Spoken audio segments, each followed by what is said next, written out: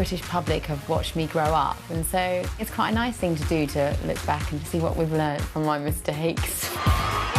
She is a global icon, a flawed one, a complicated one, a mischievous little minx, who I suspect will give as good as she gets. My mother said to me, if you're nervous, just imagine him naked.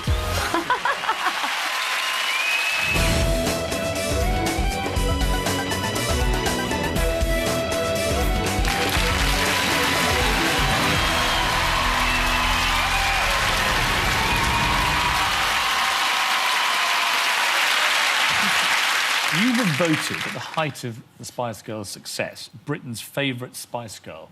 You got a third of all the votes. Do you think you were the best? I wouldn't dare to answer that and say I just You couldn't. wouldn't dare to answer it. You'd dare to do anything. How can I? I just think that would be just so cocky to think were I you was top the best. dog? Were you the number one? No, I never thought I was number one. I actually thought I was always number two. To who? To Emma.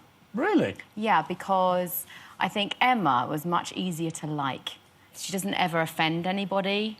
And I think, although I think I can communicate well with people and hopefully they identify with me, sometimes I would put my foot in it a little bit more. So, but that is very flattering to think, you know, that I was the most popular. Emma won. Yeah. You two. Oh, God. Go on, who's three? I couldn't Oh, you say. can't stop there. No, no, no. We now have a pecking order, a ranking of Spice Girls. Who's third? It'd be according to what dolls were left on the shelf. Come on, who's third? Posh, scary, sporty. I think that's probably sporty. Sporty? Yeah. Do you know what, actually, I always refer to Victoria, which is quite nice. She, you know, she'd get this kind of very black or white feeling, either absolute adoration or not. She knows that she's like Marmite. You love her or hate her? Yeah. Which do you do? I absolutely love her. The girl that I know has got absolutely nothing to do with what I see in the media. She's... But at the moment, she's not even in your top three Spice Girls. That's talking about the image, isn't it? The doll. Who's fourth? I couldn't say. I'm going to leave it at You that. can't leave it there. We've now got the top three. It's either Mel B or Posh. Oh, my God, I'm not going to say the least. You were all studying these charts. No, we weren't. Yes, you were. You'd mow each other down in hover-mothers if you got a chance. No. You were, not true, actually. You were competitive. Do you know what the funny thing about us, what I really learned, is that when the world was against us, we were the tightest, actually. It's a bit like family. That we're allowed to kind of criticise each other, but nobody else was. And if anybody was attack us, we'd be like a rock. And I actually do feel fiercely loyal. I want to defend them. So, yeah. Who was the best looking? Who had the best face? I think probably Emma. Emma? Emma, very pretty. Most beautiful, you think? She's, yeah, I think the so. prettiest? Yeah, prettiest. You know, Mel B, I have to say, she's absolutely beautiful, but I think she's more beautiful off camera. The camera never did her Face for radio? Yeah, no, she did... the camera was... never did her justice. She's absolutely gorgeous, even more gorgeous in real life. What would be the asset she has, which is better than the other four? If we're trying to design the perfect woman from each of the Spice Girls, we've got Emma's face. She had great boobs. I think we know... Well, you were voted Britain's best breasts. Was I? Yes. Apparently the most popular breasts in Spice Girls were yours. Wow. You can read my And mirror. unlike the others, we have actually seen yours. Thanks to your early glamour career. So I can confirm they were magnificent. Thank you. So you're definitely getting the best breasts. So we have Okay. Emma's face, your cleavage, Victoria's legs. Victoria's legs. Yes. Fantastic Oh, pins. I would say Melanie's bottom. Melanie's bottom. She's got an amazing bottom. This is Melanie B. B. Yeah. So what's Melanie C offering us? I would say I'd take her eyes. Right. And she has a lovely torso. And whose brain are we going for? Mine. That's your Victoria's. Do you think you're the cleverest? It depends what you define as clever. Because sometimes you could say that Mel... If you all play Scrabble, who would win? Ooh, I think I studied more, OK? I've read, I'm more into... I think they'll agree that I've read a lot more. I love books. You're more intelligent. That doesn't mean you're more intelligent. There's all different types of intelligence, because I think Mel B had a very instinctive, you know, maybe it's not through, you know, academics, but she had very instinctive intelligence. And Victoria had a fantastic business sense. I have to say, I loved being a band with her, because no one was ever going to rip us off with Victoria in the band. She was so good at it. Who's the sexiest? Who do you think men would look at and want to go to bed with first? You were the girl power band, so I think these questions are kind of fascinating. OK, because, from my point of view. Yeah, from where you as the band leader really saw things, you know? Because you were all very aware of yourselves, I thought, and also the power you had, particularly over I think it was like a collective power. I loved, and I still do, and we show up, the five of us, we felt completely, like, in a way, untouchable, because you've got each other. So if I said something, if I confronted anybody, I know that, you know, that I had these 4 girls with me that would back me up, which was very nice. What was the essence of girl power, do you think? At its heart, what was it really about? It was about, and it is about, actually believing that no matter where you've come from, you know, who you are, you can empower yourself, you can give yourself that opportunity, that self-belief and that encouragement. I think it's about encouragement that you can make your dreams come true, no matter what it is. And do you think you succeeded in changing, perhaps, the mindset of a generation of young women to think, I don't think it was about changing. I think it was an example of a generation that was already out there. You know, that we was kind of, you know, these girls that you didn't have to lose your femininity, you know, you didn't have to burn your bra and behave like a man. Actually, you can celebrate. And you got into trouble, you said that basically feminism to you was about bra burning. And actually the feminist thing came after you, giving you a hard time. I think it's such an ugly word. It really is. Feminist. And I kind of think it's all levelled out. Do you? I do. Yeah. I think you were a force for good. A naughty force for good. A naughty. But a force for good. Yeah, I think sometimes in life, if it's done, it's how it's done. If it's done playfully and rather than ramming it down your throat, no one wants to be preached to. It wasn't about that. So, Geri, how is it that an ordinary girl from Watford became a global icon? From Watford to Hollywood, Geri Halliwell is one of the most iconic women of the last 2 decades. Everybody around the world knows Ginger Spice. Geri was well and truly a wannabe, and nothing was going to stand in her way on the road to fame and fortune. We are doing exactly what we want to do. We're pursuing a dream. Right from the early days of the Spice Girls, Geri was determined to make her mark on the world. Spice Girls! And her show-stealing appearance in a skimpy, patriotic dress became one of the defining images of the 90s. I love her dress. I think she made a huge stamp and it's iconic. I mean, come on now. She knows what she's doing. She was the one that would take on the producers head on if I introduced them. You know, she could be very naughty, especially if they were male. I know you want to. Geri's breast falling out at the Brit Awards. I don't think she staged that, but, you know, it grabs the front pages. For Geri, the limelight could be difficult to share, and she tried to grab as much of it as she possibly could. It just became a little bit competitive, who could push the boundaries the most. And it was funny, obviously, meeting Prince Charles. Mel B kissed him, Geri pinched his bum. You have the world's press just 10 feet away. She couldn't help herself. But you know what? I think you're very sexy. Oh, no!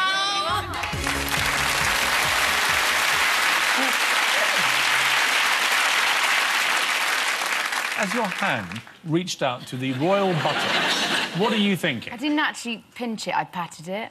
It was more of a pinch. OK, thing is, when I'm Spanish, OK, or half Spanish, and when you meet my mother, she says, hello, how are you? And you always pats your bum. That's her kind of, that's the way she is. So there's a little bit of that. So he's coming down the line. Yeah, I don't... You're seeing him with your mates.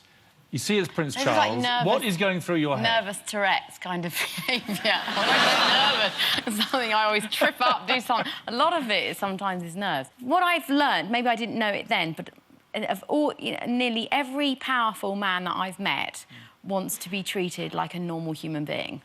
They're so... When you're head of a company, whether you're the King of England, whether you're so used to telling everybody what to do and everybody, like, kissing your butt. Well, did you quite fancy Prince Charles? I didn't fancy... You told him you found him sexy. Do you know what it is? He's a prince, so that's at the time, so that's like, ooh, it's a prince. You fancied him, didn't you? No, I wouldn't say fancy. I was charmed by him. Yeah, he's charming. I mean, if he'd stopped... sat next to him at our premiere. What was that like? That was funny.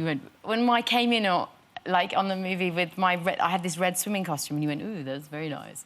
So that wasn't bad, you know, going to the movies with He Prince said Charles. meeting you in that lineup was the second greatest moment of his life, and the greatest had been the last time he'd met you. Well, that's a bit of a clue, isn't it? It was like, come and get me, Geri. How did you come to decide to wear that Union Jack dress? Because that became your sort of iconic emblem. The last time I was at the Brits, before we were famous, I made my own outfit in this green spangly thing. So I was thinking, what am I going to wear? And I got sent this black Gucci dress. And I was thinking, oh, God, what am I going to wear? That's a bit boring. And so then I thought, oh, my God, I just got a light bulb.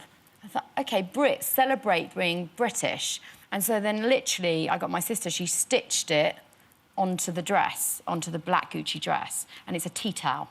That's what it is. Really? It's a tea towel. When you look at that picture, what I was struck by was, of course, by wearing it, a lot of the papers cut off your bandmates for the front page. You became the front page picture. Yeah.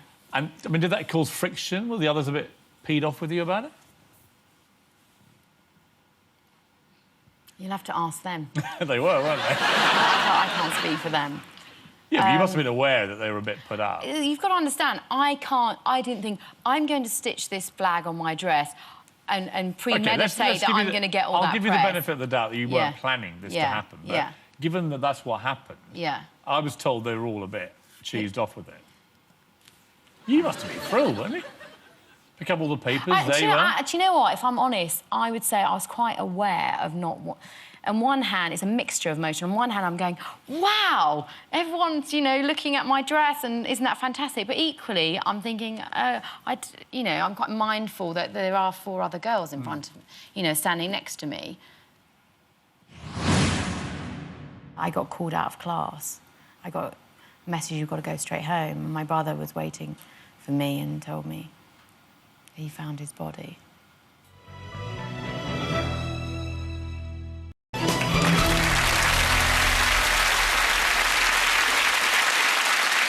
You've been refreshingly honest about, from a very early age, being desperate to be famous. You craved it. I think it was craving attention. And also... The fame as well. Because I had this kind of illusion from... I think I was brought up on American television that, you know, if you become famous, everything's going to be fine. You will not have a single worry ever again. You know, maids will pick up after you and it will all be, like, dreamlike. I mean, it's very naive, but, you know, it was all that sensibility. And then when boys didn't fancy me or, you know, I'd be thinking, I'm going to be famous, then you'll be sorry. It was almost like it was a way of owning some power.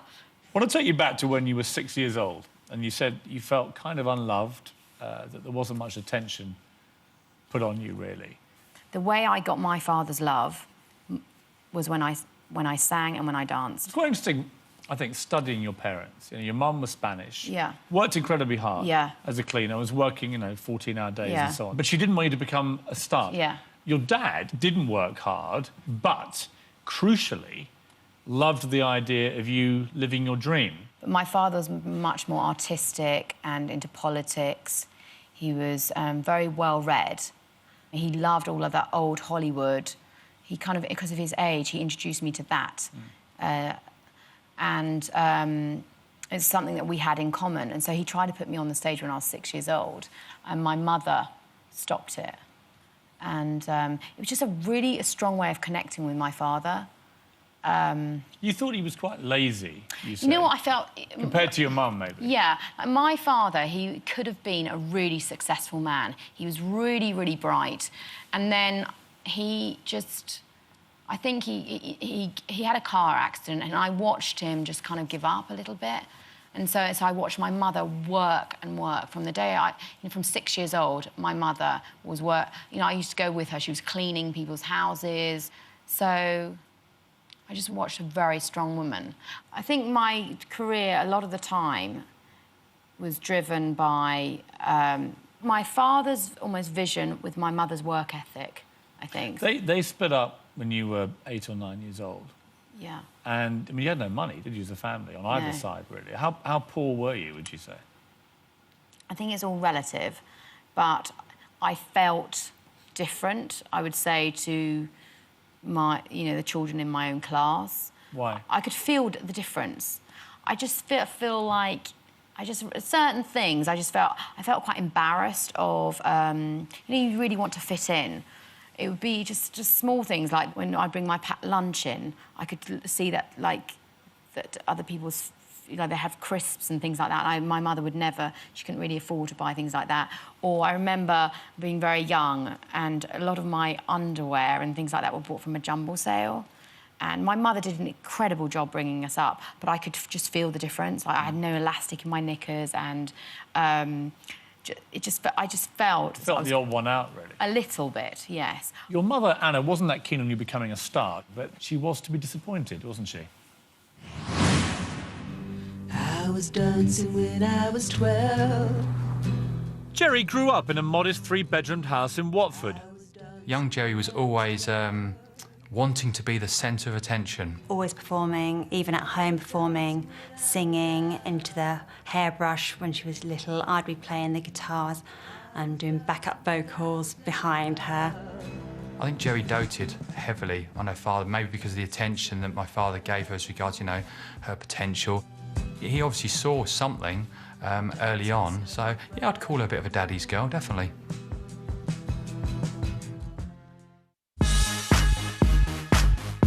But by the time Geri left school, she'd become a bit of a handful. When Geri was a teenager, she went a bit wild. Geri used to disappear maybe for a day or even longer. She'd go out on a rave, and these raves would start at 11 o'clock at night, and they'd go right the way through the night to the early hours of the next morning. Everyone used to go to a pub called the Game Bird, which is obviously no longer there. My memories of Geri were standing on the pool table, dressed in an all-in-one silver catsuit, jumping up and down, being as loud as ever, and everyone knew Geri. Geri soon found herself a job aged 18, podium dancing in nightclubs. She was never scared of showing a bit of flesh, but who can blame her? She had a great figure. Always looking for a way to turn heads, she soon graduated to glamour modelling. I remember being a little bit concerned, slightly horrified, thinking, well, where's this going to lead? Those are the sort of pictures you see that bite celebrities later on in life. So she obviously had the foresight then that she wasn't going to do anything apart from boobies out. It might have looked like Geri was going off the rails, but she definitely had a master plan.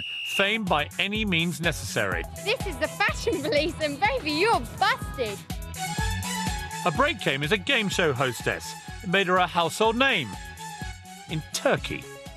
Just as Geri's quest for fame and fortune was gaining momentum, she received some terrible news. Her father, who'd always encouraged her to follow her dreams, had suffered a sudden and fatal heart attack.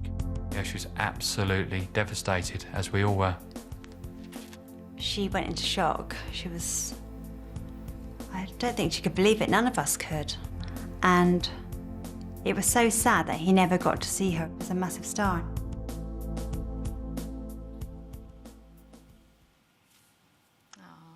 Where were you when you heard about what happened to your dad?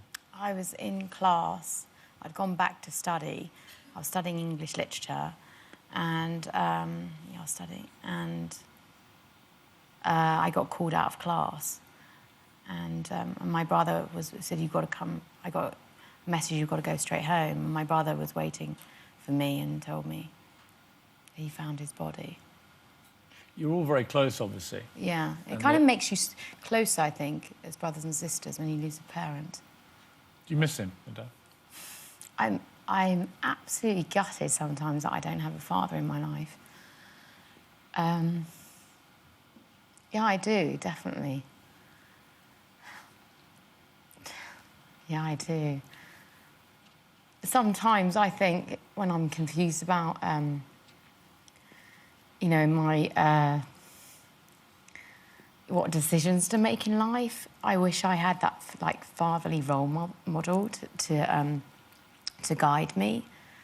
It took me a long time to grieve for him as well, because going straight into the Spice Girls, sometimes I don't think I would have been famous if it wasn't for my father's death, because the pain of it was so painful. And you know, in the Western world, when somebody dies, we don't have that. We're so formal. Nobody knew how to comfort me, and I didn't know how to express it either.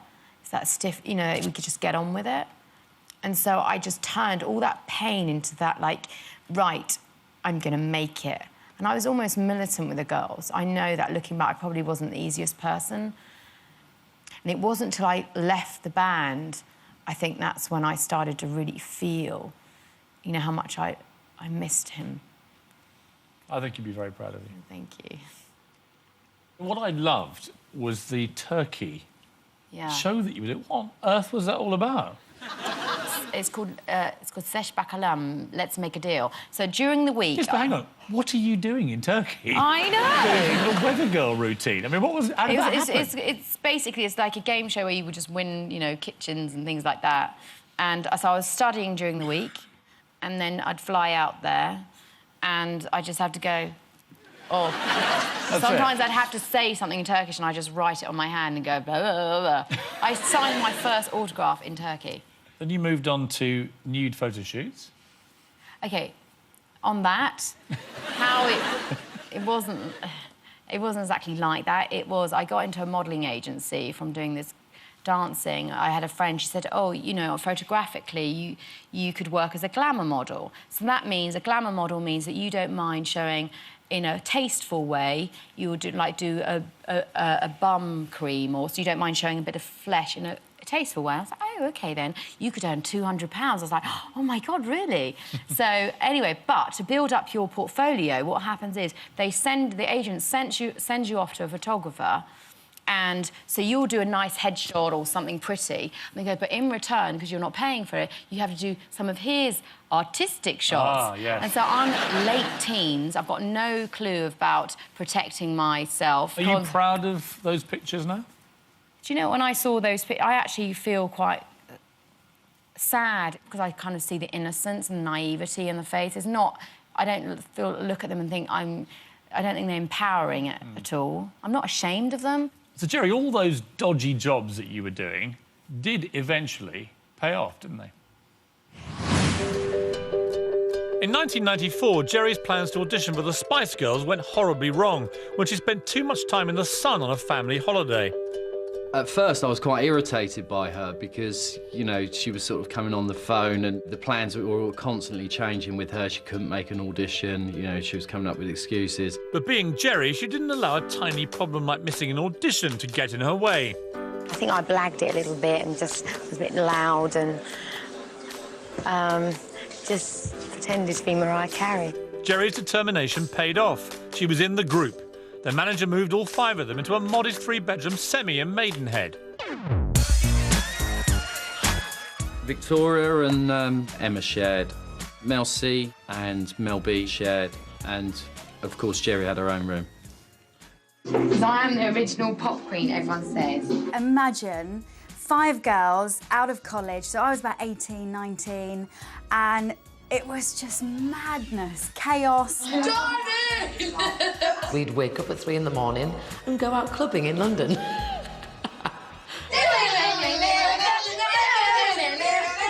It was Geri who was impatient for success. You know, I'm just feel like time's running out, I've got to get there. She was a bit older than the other girls and was probably looking at this and thinking, well, this is the last shot at it, really. So, you know, she really had hold of it with 2 hands and really drove the project. I tell you what, there's millions of kids kids out there that want to be pop stars. Do you know what I mean? And we're actually taking steps closer and closer to a dream. The thing is with Geri, she's very organised actually, and quite bossy. she kept us all in line. But you made things. I made that statement, and I think that's right. Geri and Mel B had a very fiery relationship. I know I did, because she forgot a bit, that's why. The thing is with me and Geri, once you put us together, which we were together quite a lot, but just me and her, there was no stopping. You know, it would actually be better for us two if Melanie was around, because then she'd go, look, you two, can you just stop? Me and Geri alone together, craziness. Yo, I'll tell you what I want, what I really, really want. Don't tell me what you want, what you After 2 years of relentless rehearsal and a change of manager to Simon Fuller, their first single, Wannabe, became a #1 smash hit. I wanna really, really, really wanna zig a zig, ah. And the girls went on to conquer the world. If you wanna be my lover.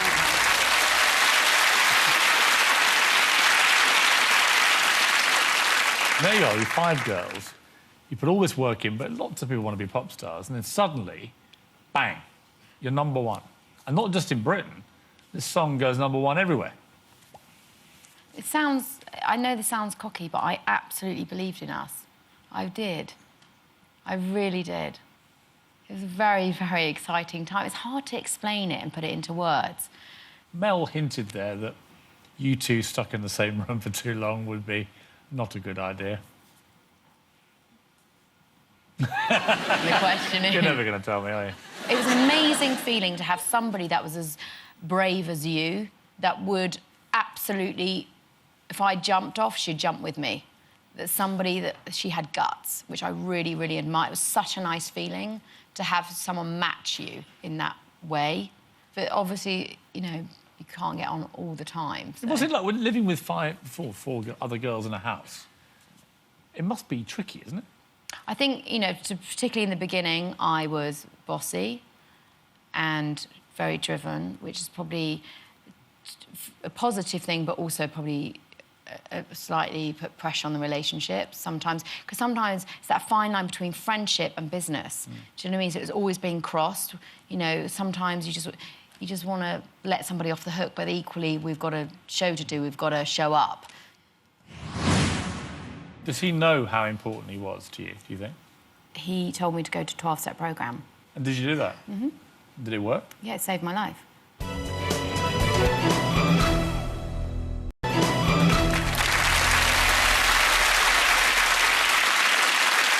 You've dated some very famous gentlemen over the years. God.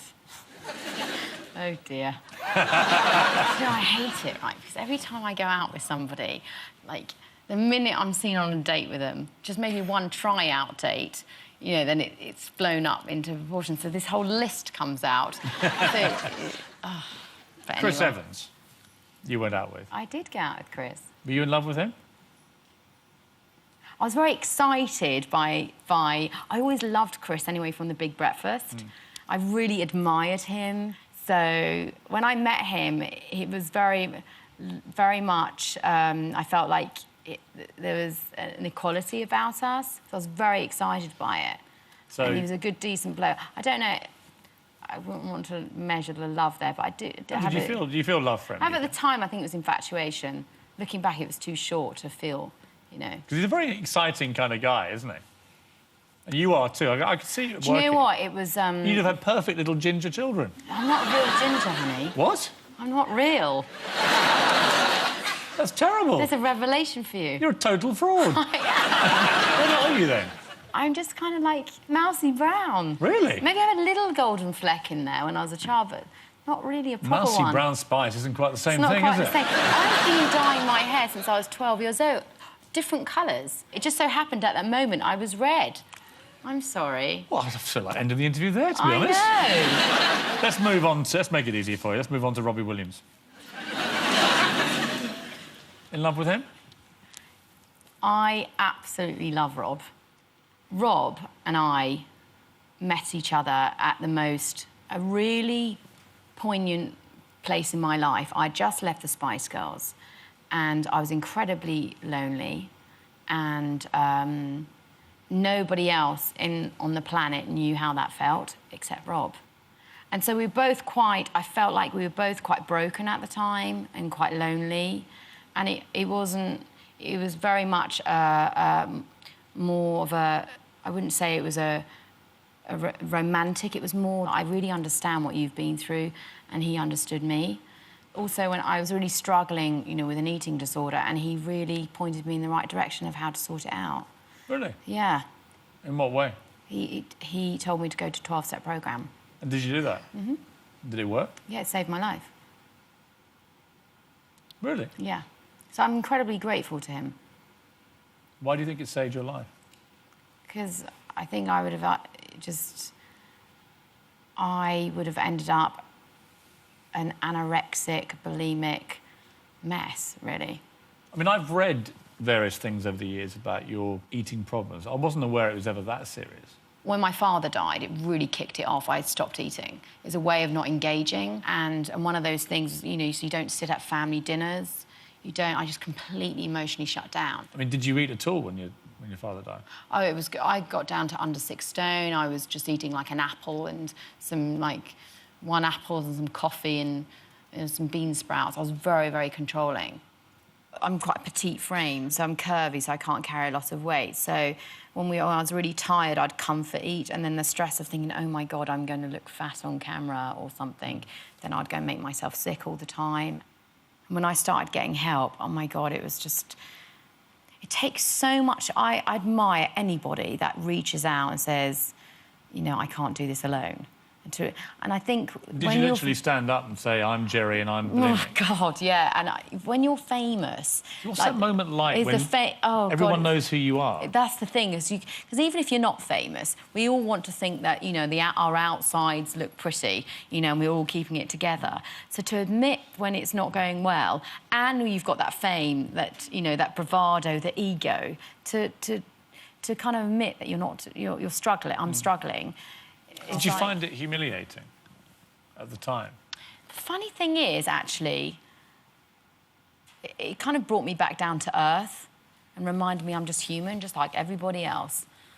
How long was it afterwards that you split up from Rob? I didn't actually go out with Rob. You didn't? No. We were never a relationship? No. Does he know how important he was to you, do you think? Probably not. I don't know. Well, he will now.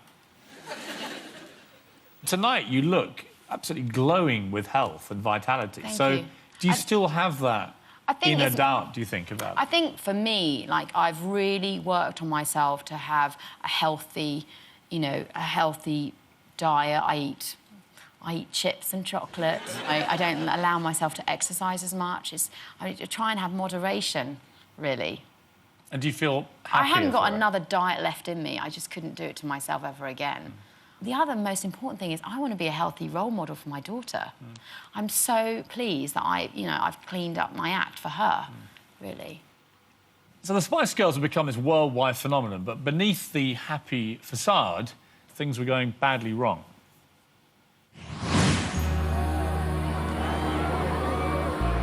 In the summer of 1998, the Spice Girls had launched their biggest world tour to date. As time went on, Geri's power was slightly taken away from her. It was diminishing. Other people were coming through the ranks within the band. And I don't think she felt comfortable with that. And certainly she was getting depressed. I think I recall her saying now, like, the Spice Girls had become a monster that was spinning out of control as such, and she had no control on that. Today is Thursday, the 28th of May. I'm in Paris, and yesterday I left the Spice Girls. Geri turned up at my door 2-3 o'clock one morning in tears. Let her in and she's saying, it's all over, I need to leave the country, I need to get out of here, I need to get away. It was very difficult, and I didn't know she was going, and I was a bit like, oh. We'd made a pact, me and her, that if she wanted to leave, she'd tell me, or if I wanted to leave, I'd tell her, and she just left, like, all of a sudden just vanished. It was really, really upsetting for me. This is a message to the fans. Geri offered no explanation for her departure, and what she was going to do next was unclear. But she did say she would be back. I thought she was making a mistake. They were her best friends, they were so close. And I didn't know how she was going to cope on her own, to be honest. that point in her life where I think she was a little bit kind of confused and lacking direction and not really knowing what she wanted to do. It must have been very hard to sort of see this continuing success story going on. But help was at hand from her old friend George Michael, who, having left Wham at the height of their fame, knew exactly what she was going through. George rang her up and said, well, we had a house in Saint-Tropez, and he said, why don't you come stay with us? I encouraged her to not be Ginger Spice. So I'm like, we're going to get you some normal clothes. George probably helped her more with, you know, her career. In 1999, after just over a year out of the limelight, Geri made a typically show-stealing comeback performance for an old friend. Happy birthday to you.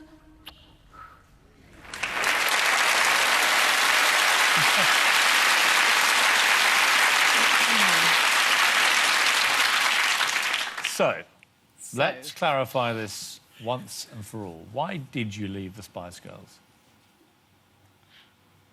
Dun, dun, dun. Looking back in hindsight, I was always labelled the leader. And also, I think at the beginning, I was very strong and they needed a stronger member at the beginning because the other girls were younger and they appreciated my strength. But naturally, as we became more famous, that's going to change. The others are finding their confidence and their own voice, quite rightly too.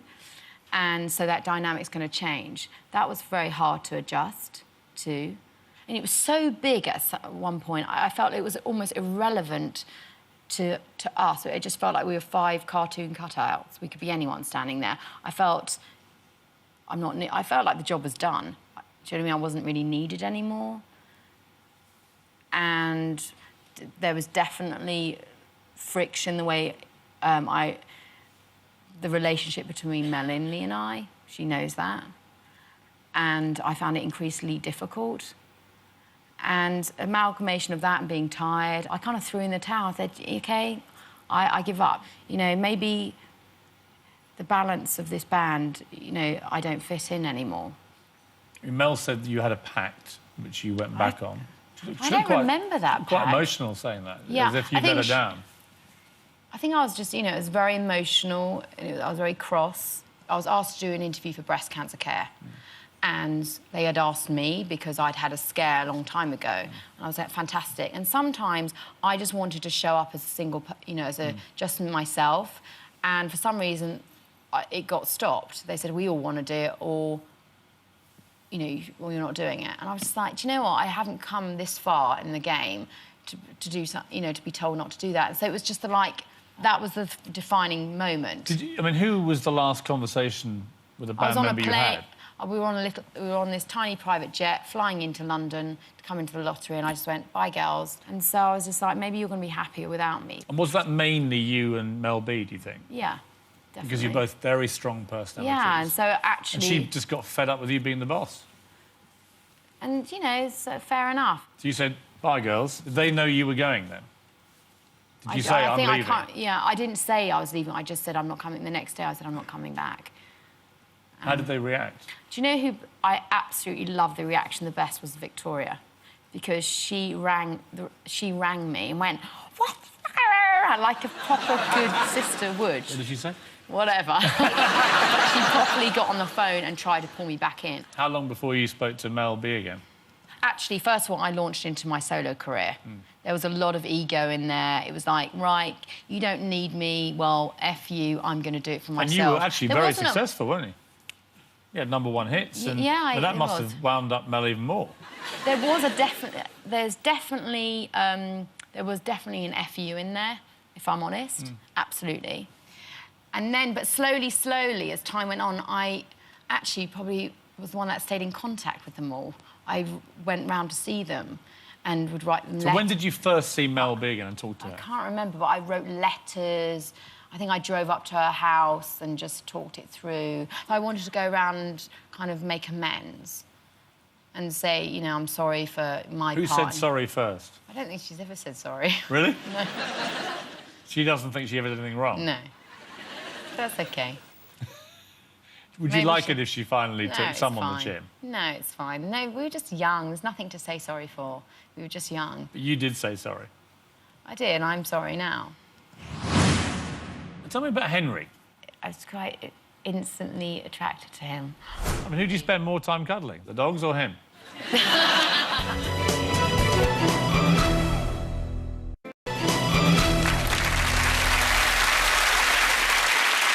You sold 12 million records as a solo artist. Mel C was second with 10 million. Mel B third. Emma fourth. Posh last. OK. What do you think of that? I didn't realise it was that, to be honest. I didn't realise I'd sold the most. And you want me to honestly believe that this is the first time you realised you'd sold more solo records? In that numbers, I did not know. Did you know you'd sort of sold more? I knew I had more number ones than everybody else. OK. Did I sound smart? I don't sound smart. In 2005, you decided to put your solo career on the back burner, and something much more important came along in your life. In 2005, Geri became a proud mum to daughter Bluebell Madonna Halliwell. Bluebell is an absolute credit to her. She's such a gorgeous child, and Geri absolutely adores her. And she's a great, great mum. You know, she was having to get up and change nappies and feed and dress, and because she didn't want to just hand her off. I think she's got more compassion to herself now, so she looks after herself better, more compassionate about those around her. Bluebell's going through that spell right now where she just says what she thinks. Most of the time she says no. She doesn't want to do something. Her child is going to be the biggest success story of her life. Geri's also found happiness in her love life. I suppose I always believed that Geri would end up, she'd always find Mr. Right, but I didn't realise it would be an aristocrat. And against all the odds, she's also made friends with her former bandmates. It was a really good thing. It was lovely when they got back together. I was really happy for her. She always had guilt about leaving the girls, and I think it would have followed her forever. We want to thank you for believing in the Spice Girls and making our dreams come true. And last month, 13 years after she first wore that dress, Geri was back, picking up an award for the Best Brits performance of the last 30 years. I'm a bit shocked. First of all, I want to say a big... And still tussling for the limelight with Mel B.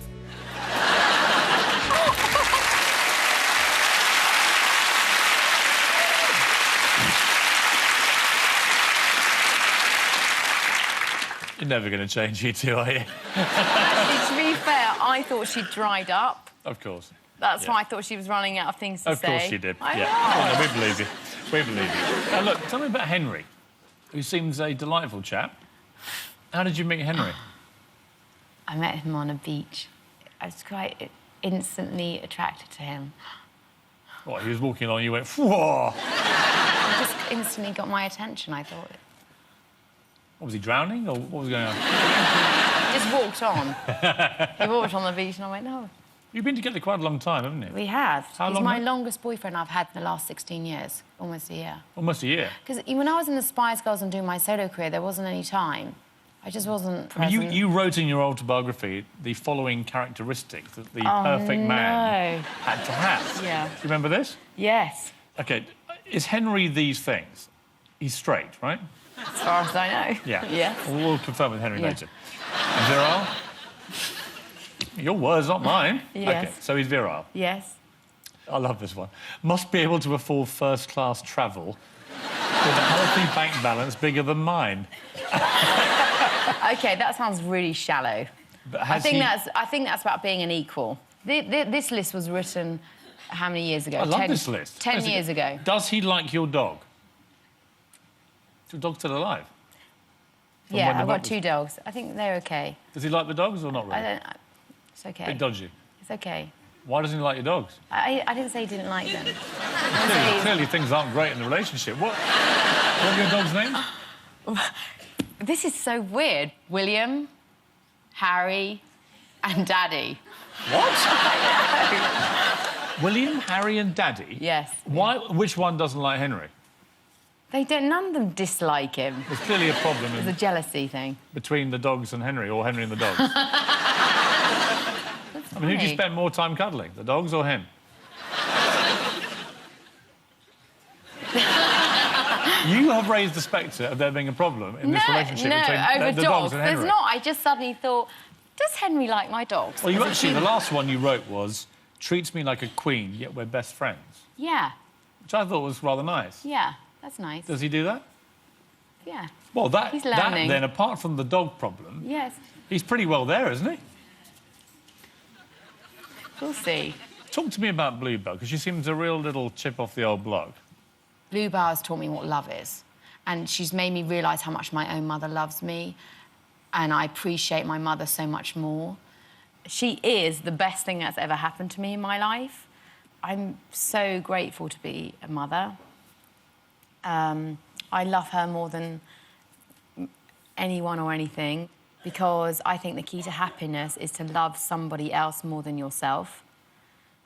I just so enjoy it. Geri Halliwell, thank you very much. Thank you.